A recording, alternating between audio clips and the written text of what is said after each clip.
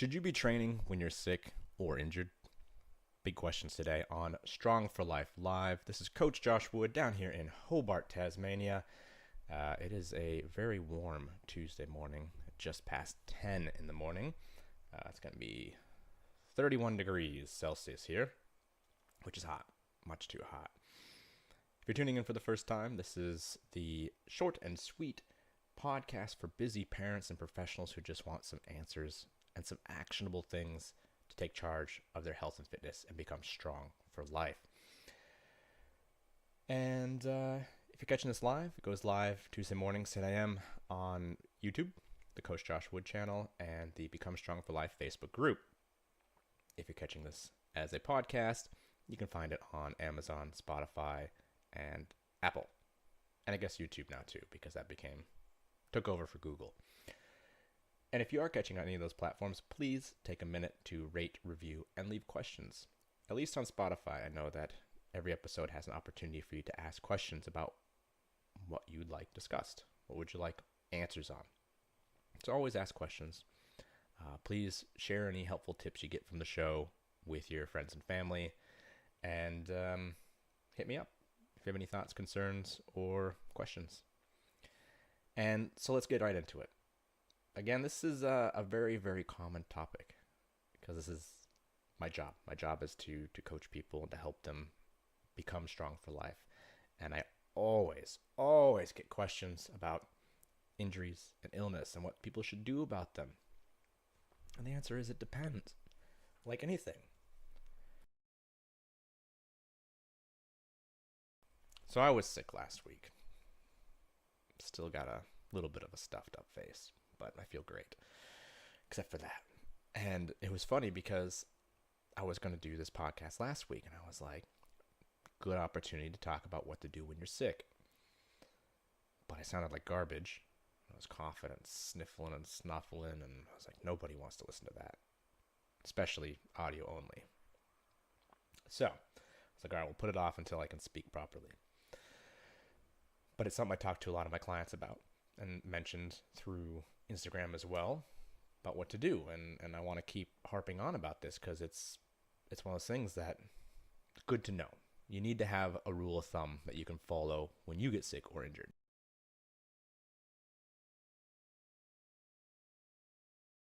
So, what's the answer? This is what I like to do, and this is what I did.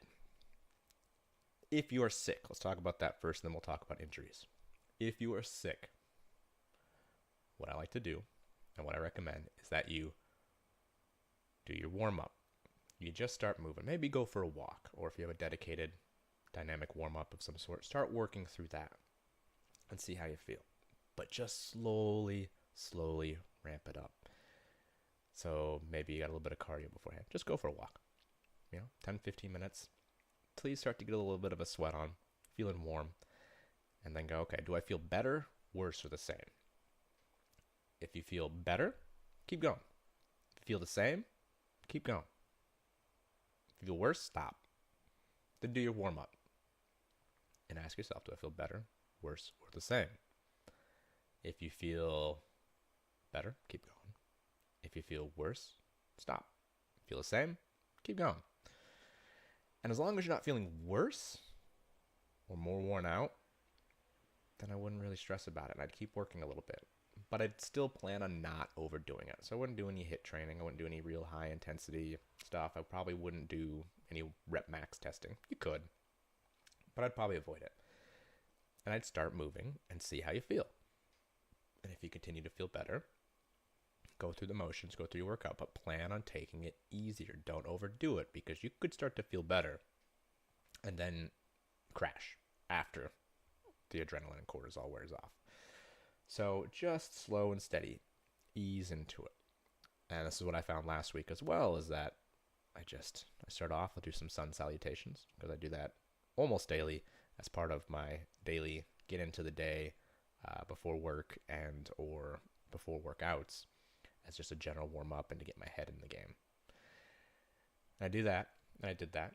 And I went, okay, that's pretty good. I have this under desk cycle as well, little peddler machine I keep under my desk, and Did a bit of that, and I was like, okay, I feel okay, not bad. And then I started doing, because I'm doing a lot of rings. You can see them here if you're watching the video. I'm doing a lot of rings and gymnastics type stuff because it's really fun and I'm enjoying the challenge. And I did a little bit of that. I was like, I did a few things, and because the intensity is a little bit higher, it's pretty hard to do high reps with low intensity on the rings. You're kind of limited, so it's usually pretty high intensity stuff. It takes a lot out of you. Can't go for very long.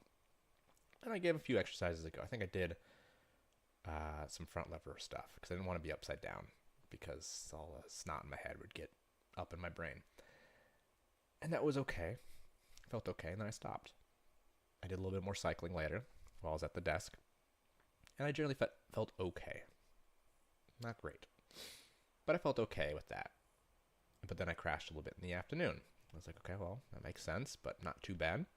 I managed working, did family stuff in the evening, went to bed early, felt a little better the next day, and then I tried again. Because I try to do some activity every day.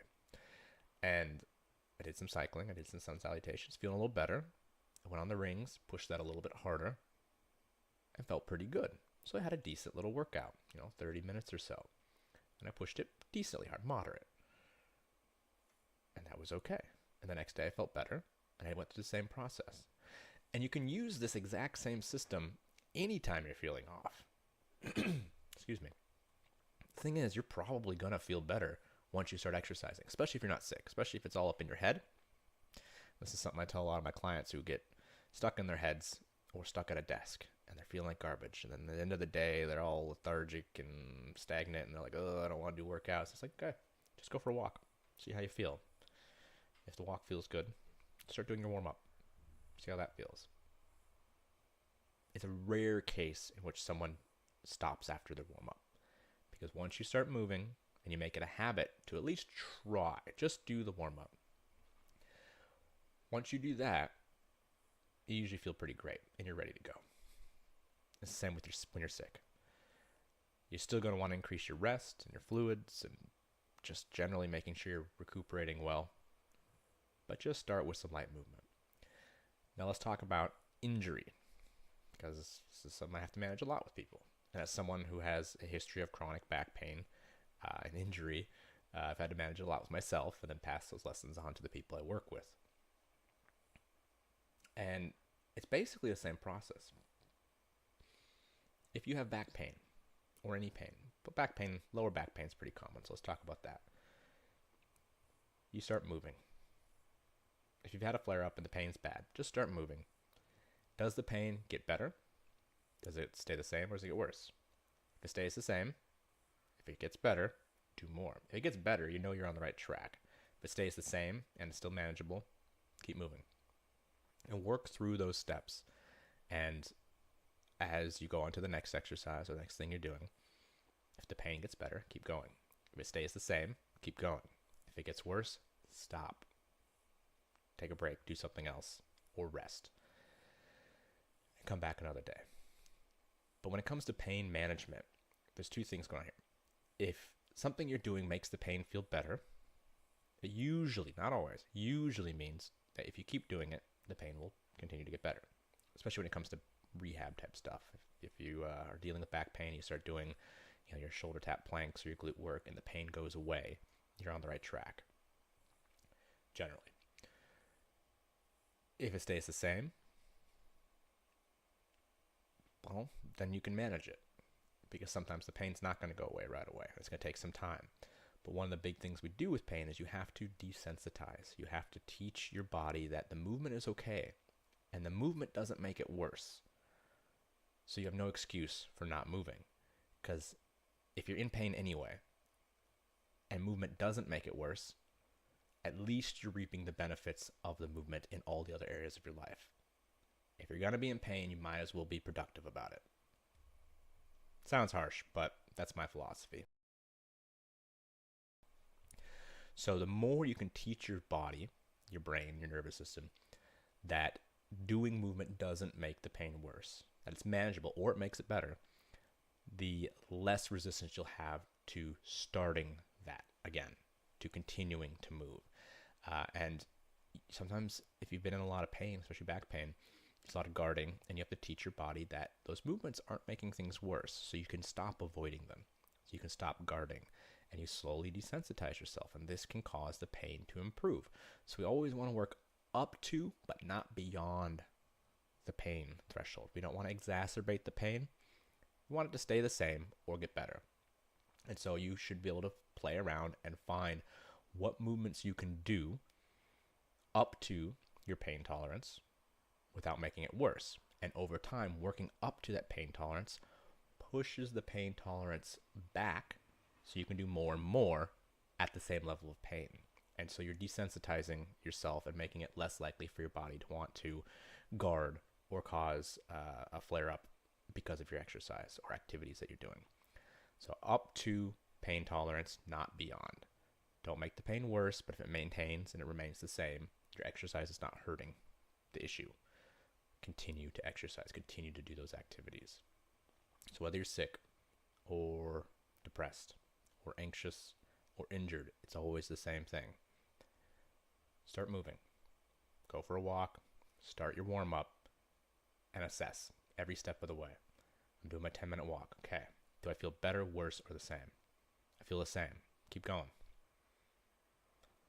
All right, I do my warm-up, do my first exercise. How do I feel? The same. Keep going. Do my second exercise. How do I feel? Oh, I'm feeling a little better. Keep going. Next exercise. How do you feel? I feel pretty good. Keep going. And you're stacking this habit formation, and you're stacking the signal to your brain and your body that this is good and this is okay, and it's not making anything worse, so I might as well keep going. And that is the whole system. If you find that the stuff you're doing will consistently make your body hurt more or make you feel worse or not help with depression or the anxiety that you're feeling that's preventing you from getting to the gym, you need to try something different. If you're doing weights and that doesn't help any of these situations, try different movements. Try running. Try walking. If you hate walking, try rowing. Try cycling. Try Stairmaster. If you hate all that stuff, do some yoga. If you hate yoga, do some body weight training. If you hate that, do some MovNat or flow style stuff. Start trying to solve problems with your body. Give yourself something mentally stimulating as well. There's so many. There's an infinite number of options out there. So if one thing isn't working for you, you need to try something else, because we know, and you know, that movement is essential to health. Movement is one of the core functions of what your body is designed for.